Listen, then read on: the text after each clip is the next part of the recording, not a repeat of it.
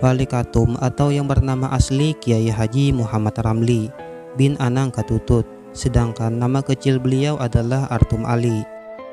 Beliau adalah seorang yang suka berkhalwat, menyendiri di sebuah gubuk yang tidak mempunyai pintu. Sejak kecil dikenal ganjil di mata masyarakat. Beliau dianggap pemalas, padahal sebenarnya beliau menghabiskan waktu untuk Allah Subhanahu wa Ta'ala. Beliau juga adalah sosok penuntut ilmu yang suka membantu hal-hal yang terkait keagamaan, seperti membersihkan masjid, pesantren, dan menuntut ilmu juga beliau ikut serta, meskipun beliau tinggal menyendiri jauh dari pemukiman warga. Selain itu, Wali Katum dikenal sebagai seorang yang hidup sederhana dan tidak mengeluh. Kehidupannya yang sederhana tidak membuat beliau menjadi peminta-minta, karena beliau tidak mau menyusahkan orang lain. Diceritakan bahwa beliau kalau pergi selalu membawa Al-Quran. Apabila berhenti, beliau akan membacanya hingga akhir hayat. Al-Quran tersebut tidak lagi persegi, melainkan berbentuk lonjong, karena sisinya sudah habis terkikis lantaran sering dibaca. Wali Katum juga suka berkhalwat dan ujlah selama 30 tahun. Dan waktu khalwat itu beliau sekeluarga makan cuma 1 genggam beras per hari.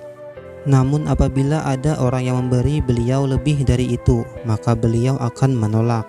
Dan beliau punya pakaian hanya beberapa saja. Rumah beliau hanya berdinding daun rumbia dan berlantai pelapah rumbia.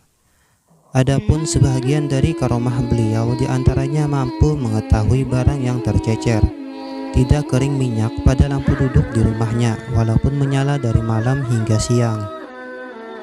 Beliau juga mampu mengetahui keadaan orang yang berkunjung, bahkan diceritakan bisa kemana saja dalam sekejap. Cerita yang paling populer di masyarakat adalah ketika seseorang jamaah haji dari hulu sungai melihat seorang pria di Mekah yang berjalan beriringan, namun sambil berinting-inting atau jalan berjingkat-jingkat tanpa terompah. Lalu jamaah haji tersebut bertanya pada pria itu, apakah sedang kepanasan kaki berjalan di padang pasir. Namun pria itu menjawab tidak. Kemudian ditanyakan siapa namanya dan tinggal di mana. Pria misterius itu menyebutkan namanya Muhammad Ramli dan alamatnya di desa Tabu Darat, Hulu Sungai Tengah. Karena merasa kasihan oleh jamaah haji itu ketika melewati pasar, dibelikanlah sepasang terompah. Namun setelah menerima, pria itu menghilang begitu saja.